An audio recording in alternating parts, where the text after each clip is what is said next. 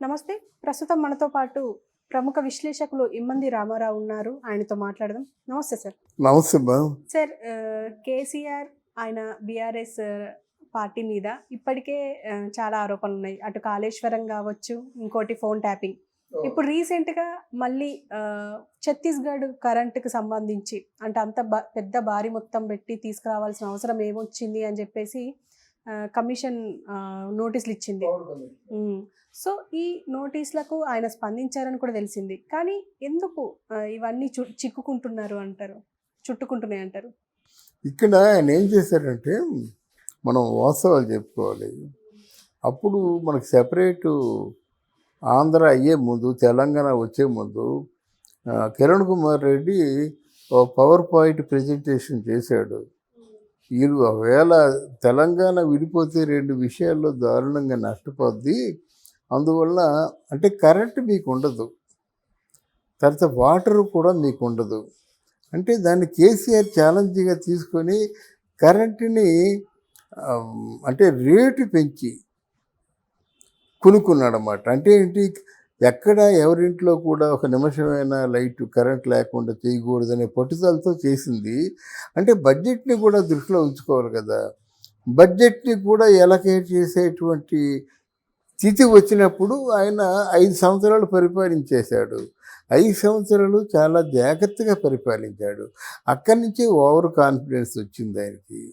Over confidence వచ్చి మొత్తం కవిత ఒక పక్క, కేటీఆర్ ఒక పక్క, కవిత మొగుడు ఒక పక్క, మరి హరీష్ రావు ఒక పక్క, కేసీఆర్ ఒక పక్క, ఇలా మొత్తానికి ఏంటంటే ఎవరి పనుల్లో వాళ్ళు బిజీగా ఉన్నారు.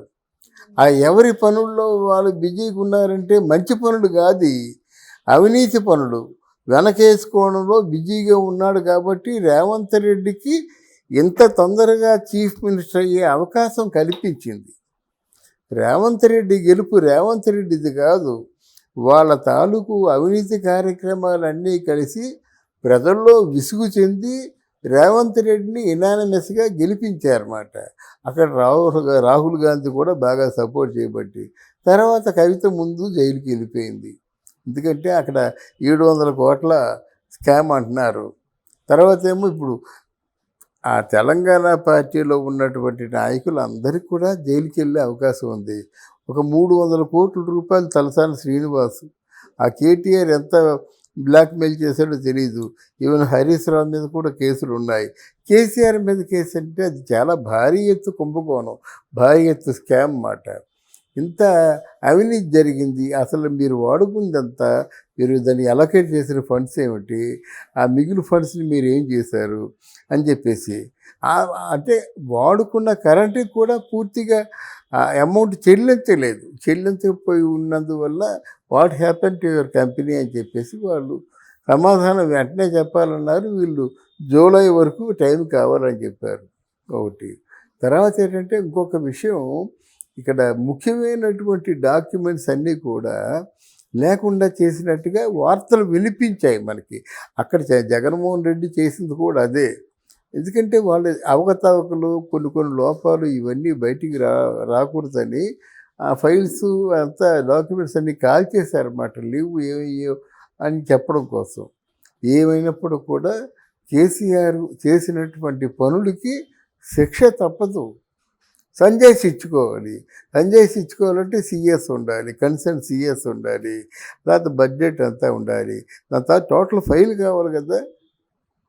ఒకటే రాకపోక తెలియాలి కదా మనకి ఎంత ఇచ్చారు వాళ్ళు, ఎంత లోడ్ ఆఫ్ కరెంట్ని మనకి ఇచ్చారు, దాని కాస్ట్ ఎంత, ఆ కరెంట్కి మనం ఎంత ఛార్జ్ చేస్తున్నట్టుగా లెక్కల్లో చూపిస్తున్నాము. ఆ ఛార్జ్ చేస్తే మొత్తం అమౌంట్ ఎంత మనకి అన్సీన్ అమౌంట్ కనిపిస్తుంది, ఇవన్నీ ఉంటాయి కదా. సంబంధిత లోపాలన్నీ అధికారులు చూస్తారన్నమాట. వాళ్ళ సందర్భం వచ్చింది ఇప్పుడు చూస్తున్నారు అంతే. ఎందుకంటే ఆయన చెప్పాడు కదా, రేవంత్ రెడ్డి చెప్పాడు కదా, నా కూతురు పెళ్ళిలో నా చేత కన్నీరు కారిస్తావా, నీ తాలూకు అంత చూస్తానని ఏదో అనుకున్నారు. అదే జరుగుతుంది ఇప్పుడు. రాజకీయంగా ఒక కక్షలు కార్పణ్యాలు తప్పితే ఇప్పుడు కేసీఆర్ జోలికి వెళ్ళవలసిన అవసరం ఈయనకి లేదు, ఈయన గురించి మాట్లాడవలసిన అవసరం కేసీఆర్కి లేదు. ఒకసారి జనంలో వ్యతిరేకత వచ్చింది, మిమ్మల్ని ఓడించారు, వాళ్ళని గెలిపించారు. అలాగే ఈ ఇండివిజువల్గా మొదట కేసీఆర్ని ఎలాగైనా సరే జైల్లో పంపిస్తామనేటువంటి ఒక పట్టుదలతో ఉన్నాడు. పంపించే ఏర్పాట్లు చేస్తున్నాడు. మల్లారెడ్డి మీద పట్టుదలతో ఉన్నాడు. కొన్ని వేల కోట్ల రూపాయలు సీజ్ చేశాడు. ఇలాగే ఇప్పుడు రాజకీయాలు పగలు ప్రతీకారాలతో ముడిపడి ఉన్నాయి, కానీ పరిపాలన అంటూ ఎవరు చేయటం లేదు కదా. పరిపాలన ఏముంది చూడాలి. 6 గ్యారంటీలు అన్నారు. 6 గ్యారంటీలని కూడా ఎంతవరకు అమలు చేస్తారో చూద్దాం మనం. దాని మీద లేకుండా కేసీఆర్ని అరెస్ట్ చేద్దాం, కేటీఆర్ని అరెస్ట్ చేద్దాం, ఏదో అలా అనుకోవడం నాకెందుకో వ్యక్తిగతంగా నచ్చలేదు. కానీ పరిపాలన మీద దృష్టి పెట్టండి. ప్రజలకు ఏమైనా సమస్యలు ఉన్నాయో ఆ సమస్యలు కనుక్కోండి, తీర్చండి. యువత మీద దృష్టి పెట్టండి, ఎంప్లాయ్మెంట్ మీద దృష్టి పెట్టండి. అప్పుడే 200 రోజులు అయిపోయింది కదా. మీరు ఏమైనా ఐటీ మీద ఏమైనా ప్రత్యేకించి ఆలోచించారా? ఆ శ్రీధర్ బాబు ఉన్నాడు, ఇక్కడ ఉండకూడదు, వెళ్ళిపోయి మంచి పరిశ్రమల్ని ఇన్వైట్ చేయాలి. పరిశ్రమలకి ఇది హైదరాబాద్ చాలా మంచి ఏరియా, మంచి క్లైమేటిక్ కండిషన్స్ ఉన్నటువంటి ఏరియా అన్నమాట. అదేది లేకుండా ఇప్పుడు మల్లారెడ్డిని అరెస్ట్ చేసాం, కేసీఆర్ని అరెస్ట్ చేసాం, లేదా కేటీఆర్ని అరెస్ట్ చేసాం. ఇది కరెక్ట్ కాదు. కానీ రేవంత్ రెడ్డి మోటో మాత్రం ఒకటే ఉంది కదా, ఖచ్చితంగా నేను కేసీఆర్ని కేటీఆర్ని అరెస్ట్ చేయించి తీరుతా అని చెప్పేసి అంటున్నారు. సో వాట్ నేను చెప్పేది ఏంటంటే నీకు చెప్పినట్టే జరిగింది. కేసీఆర్ని కేటీఆర్ని కవితని అరెస్ట్ చేసేస్తే నీకు ఒరిగేది ఏమిటి? నెక్స్ట్ రాబోయే ఎలక్షన్స్లో నువ్వు గెలిచేస్తావా? నువ్వు ప్రజలకు ఏమైనా ఉపయోగపడితే గెలుస్తావు, కానీ వీళ్ళు ముగ్గురిని అరెస్ట్ చేస్తే ఉంది వాళ్ళ మీద సింపతి పెరిగిపోద్ది. సింపతి పెరిగిపోయి వచ్చే ఎలక్షన్స్లో వాళ్ళు వద్దన్నా ఓట్లేస్తారు. ఆ విషయం గ్రహించాలి కదా. ఎందుకంటే నా కక్షలు కార్పణ్యాలు ఇవన్నీ ఉన్నటువంటి రోజులు పోవాలమ్మా. రాజకీయాల్లో కూడా పోవాలి. కక్షలు కార్పణ్యాలు బదులు చాలామంది అలో లక్షణం అంటే ఎదురు చూస్తారు. మంది తీసుకురండి అండి. చుట్టుపక్కల వాళ్ళు ఉన్నారు. ఇక్కడి నుంచి వరంగల్ వరకు డెవలప్ చేయొచ్చు. ఈ మధ్య విస్తీర్ణ ఇదంతా బ్రహ్మాండమైన భూములు ఉన్నాయి మనకి, బ్రహ్మాండమైన పుణ్య క్షేత్రాలు ఉన్నాయి, తెలంగాణ బ్రహ్మాండమైన టూరిజం స్పాట్స్ ఉన్నాయి. ఆ జలపాతాలు ఏవి ఉన్నాయి తెలంగాణలో ఉన్నాయి. అవి డెవలప్ చేయండి. మన ఎకనామికల్గా డబ్బు జనరేట్ పరిస్థితులు కల్పించండి, సంపదను సృష్టించండి. కానీ వాడు నాకు ఎలాగన్నాడు, వాడంతా చూసేస్తాను, వీడు నా కూతురి పెళ్ళిలో అయిపోయింది, చాప్టర్ ఇస్ క్లోజ్. అది నీ పొరపాటు వాళ్ళ పొరపాటు. అంటే రాజకీయాల్లా చేయాలి, కానీ వ్యక్తిగతమైన కక్షలు కార్పణ్యాలు పెట్టుకోకూడదు నా ఉద్దేశం. అది పెద్ద ప్రతిపక్షంలో ఉంటాడు, గవర్నమెంట్ ఫామ్ చేసుకుంటాడు. ఇదే లాస్ట్ ఛాన్స్ అంతే మాట. ఒకవేళ లోకేష్ మంచి విడదీయరాని అనుబంధం ఉంటే ఆ లోకేష్ కూడా మంచి పదవి ఏదో ఇచ్చి ఏదో ఆదుకుంటారు. కుటుంబంలో ఉన్న వాళ్ళని ఏదో పదవి ఇచ్చి ఆదుకుంటుంటారు కదా, అలాగే పదవి ఇచ్చి ఆదుకుంటాడు తప్ప నెక్స్ట్ ఇవన్నీ కూడా సీఎం అవ్వడానికే కదా ఆయన ఉద్దేశం.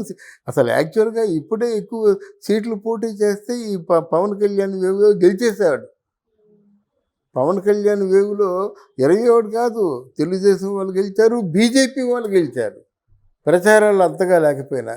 అందువలన పవన్ కళ్యాణ్ త్యాగం చేశాడు. ఆ త్యాగ నిరతి కోసమైనా కొన్ని సీట్లు కేటాయిస్తే బాగుంటుంది. మరి 3 సీట్లని కాదు, ఆ 3 నీ దగ్గర నీ తెలుగుదేశం పార్టీలో తగ్గించుకొని జనసేన పార్టీకి ఇస్తే జనసేన పార్టీ అధినేతకు నువ్వు ఇచ్చే విలువగా కనిపించేది, కానుకగా కనిపించేది. అది నాకు కొంచెం వెలితిగానే ఉంది. పవన్ కళ్యాణ్ తాలూకు అభిమానులకు కూడా వెలితిగానే ఉంటుంది. నేను పవన్ కళ్యాణ్కి అభిమానిని కాదు, కానీ పవన్ కళ్యాణ్ చేసినటువంటి ఆ కార్యాచరణ నిజాయితీని చాలా మెచ్చుకుంటాను. అలాంటి నాయకుడు కావాలి మనకి, అర్థమైందా? అలాంటి నాయకుడు కావాలి. చూడండి, నెక్స్ట్ ప్రమాణ స్వీకారం అవగానే పిఠాపురాన్ని ఆయన ఏదైతే కోరికలు అన్నాడో, ఏదైతే మాటలు చెప్పాడో. ఓకే సార్, థ్యాంక్ యూ అమ్మా.